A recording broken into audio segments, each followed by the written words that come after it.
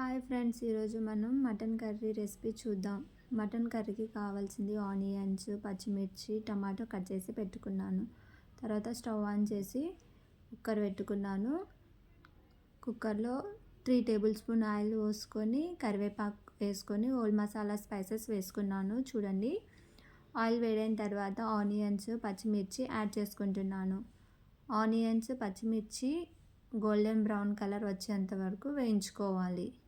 చూడండి friends, onions, పచ్చిమిర్చి golden brown colour వచ్చినాయి కదా. ఇప్పుడు మనం అల్లం వెల్లుల్లి పేస్ట్, దాంతోపాటు పసుపు కూడా యాడ్ చేసుకుంటున్నాను. ఇప్పుడు మటన్ని కడిగి యాడ్ చేసుకుంటున్నాను. చూడండి, ఒకసారి మనం మొత్తం చక్కగా కలుపుకోవాలి. పసుపు, ఆయిల్ అంతా మనం మటన్కి పట్టేటట్లు కలుపుకొని మూత పెట్టి ఉడికించుకోవాలి. చూడండి, మంచిగా కలిసిపోయింది కదా.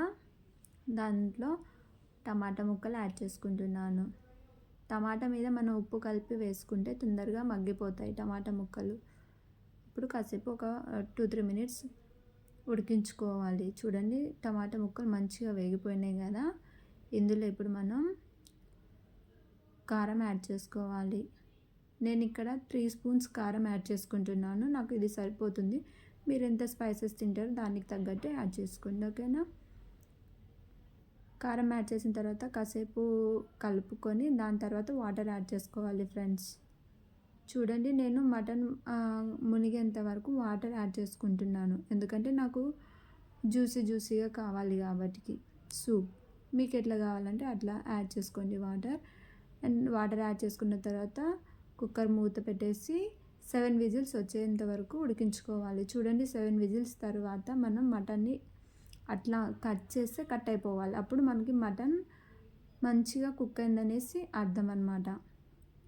సో మళ్ళీ ఒకసారి నేను అన్నీ అంటే లైక్ అల్లం వెల్లుల్లి పేస్ట్,